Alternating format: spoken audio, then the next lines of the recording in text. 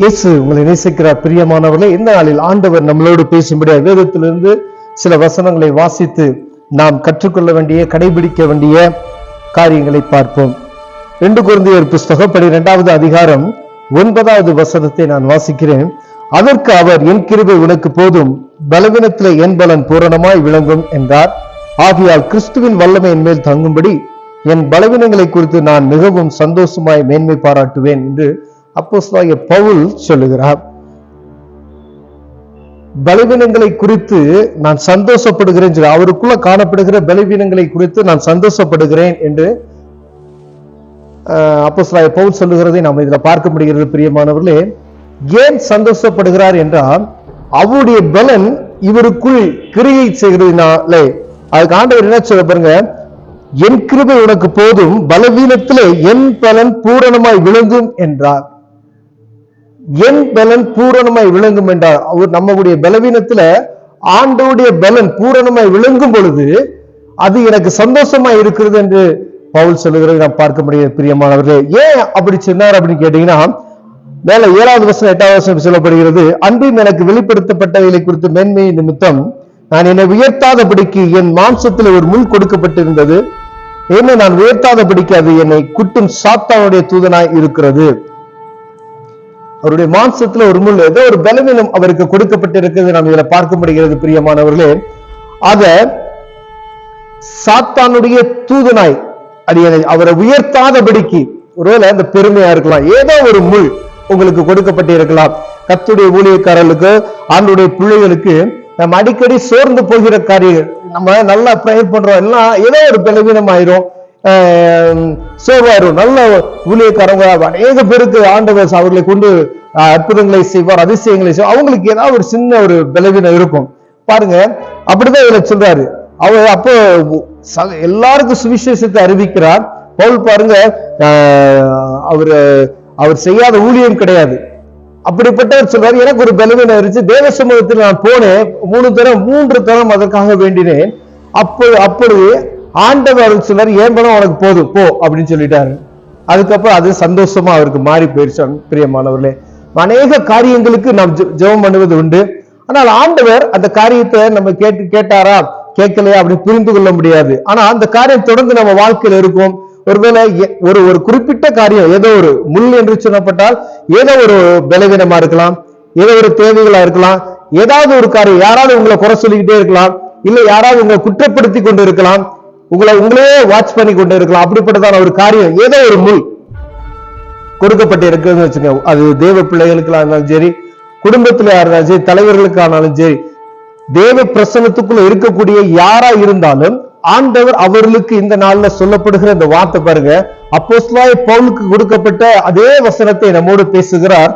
அவருடைய பலன் நம்மேல் தங்கும்படியாய் ஆண்டவர் என் பலன் பூரணமாய் இருக்கும் என்று சொல்லுகிறார். பலவீனத்துல என் பலன் பூரணமாய் இருக்கும் என்று சொல்லுகிறார். நீ பலவீனம் தான், ஆனா நான் அதை தாங்குவேன் அப்படின்னு சொல்றார். அந்த பலவீனத்துல என்னுடைய பலன் பூரணமாய் இருக்கும் என்று ஆண்டவர் சொல்லுகிறதை பாருங்க. ஆண்டவரே அந்த இடத்துல நம்மளை பலப்படுத்துகிற ஒரு காரியம் பாருங்க. அது இருக்கும் உனக்கு, அதை விட்டு அது இருக்கட்டும். அந்த மாதிரி நேரத்துல ஒரு சோர்வு வருது, இல்ல ஏதோ ஒரு பலவீனம் வருது, உதாரணத்துக்கு ஒரு தலைவலி வருதுன்னு வச்சுங்க. இந்த தலைவலி நான் என்னை உயர்த்தாதபடிக்கு ஆண்டவர் எனக்கு அதை வைத்திருக்கிறார். அது அவர் சொல்றாரு, சாத்தானுடைய தூதனாய், ஏன்னா பலவீனத்தை உண்டு பண்ணுகிறது.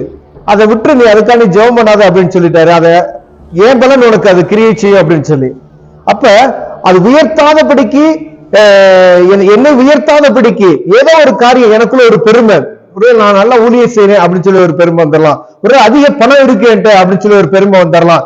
ஏதோ ஒரு காரியம் எனக்குள்ள பெருமையா இருக்கலாம், ஏதோ ஒரு காரியம் எனக்குள்ளாய், ஏதாவது ஒரு காரியம் எனக்குள்ள ஒரு அரும்பொழுது அந்த காரியம் எனக்குள் மேன்மை பாராட்டபடிக்கு, என்னை உயர்த்தாதபடிக்கு ஆண்டவர் அதற்கான ஒரு காரியத்தை, ஒரு சிறிய காரியத்தை வைக்கிறதை நாம் பார்க்க முடியாது.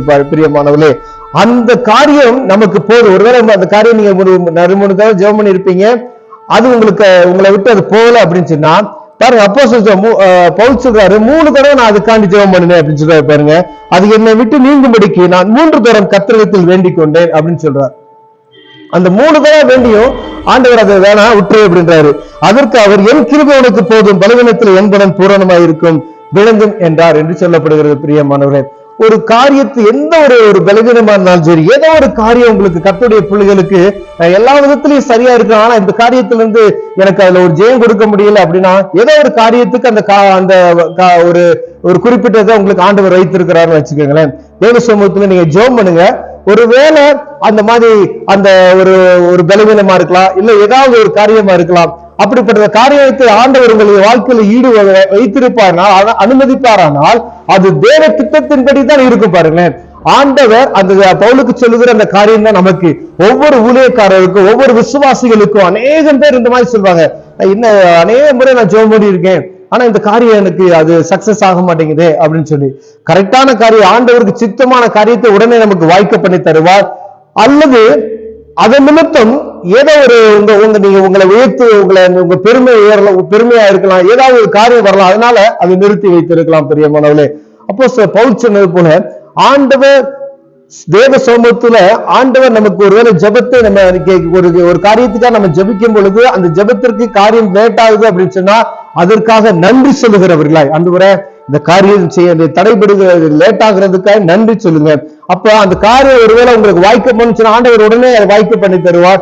இல்ல அது நிமித்தம் உங்களுக்கு ஏதோ ஒரு காரியம் உங்களுக்கு தடையா ஆகும் அப்படின்னு சொன்னா ஆண்டவர் அதை தள்ளி போட்டு விடுவார். பிரியமானவர்களே, கர்த்தருடைய பிள்ளைகள் ஒவ்வொருவரையும் ஆண்டவர் பலவீனத்துல என் பலன் பூரணமாய் இருக்கும் அப்படி என்று சொல்லுகிறார். என்ன பலவீனமா இருந்தாலும் சரி, அந்த இடத்துல இந்த பலவீனமான இடத்துல நீங்க எந்த ஒரு காரியத்தை நீங்க வறுமையா கூட வச்சுக்கோங்க. அந்த வறுமையான இருக்கிற கர்த்தருடைய ஐஸ்வர்யம் உங்களை பூரணப்படுத்தும். பிரியமானவர்களே, ஒவ்வொரு காரியத்திலும் ஆண்டவருடைய பலன் பூரணமா இருக்கும் என்று ஆண்டவர் இந்த நாள் நம்மளோடு பேசிக் கொண்டு இருக்கிறார்.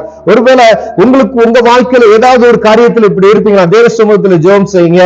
ஆண்டவர் பவுலை தேற்றினது போல, அப்போஸ்தலனாகிய பவுலை தேற்றினது போல உங்களை என்னை தேற்றுவதற்கு வல்லமையுள்ளவரா இருக்கார். பிரியமானவர்களே, இந்த அதிகாரத்தை நீங்க 2 கொரிந்தியர் 12:7 வரைக்கும் நீங்க வாசித்தீங்க. ஆவியானவர் உங்களோடு பேசுகிறதை நீங்கள் உணர்ந்து கொள்ளப்படியும் தொடர்ந்து ஜெபம் செய்வோம். கண்களை மூடுவோம். அன்பின் தகப்பனே, ஆண்டவர் எங்களுக்குள்ள பெருமை, ஏதோ ஒரு காரியம் கர்த்தருக்கு விருப்பமில்லாத காரியம் எங்களுக்கு பெருமை பாராட்டுறதுபடிக்கு, எங்களை உயர்த்தாதபடிக்கு சில காரியங்களை உங்களுக்கு அனுமதித்திருக்கிறதுக்காக நன்றியோடுமை துதிக்கிறோம் ஐயா.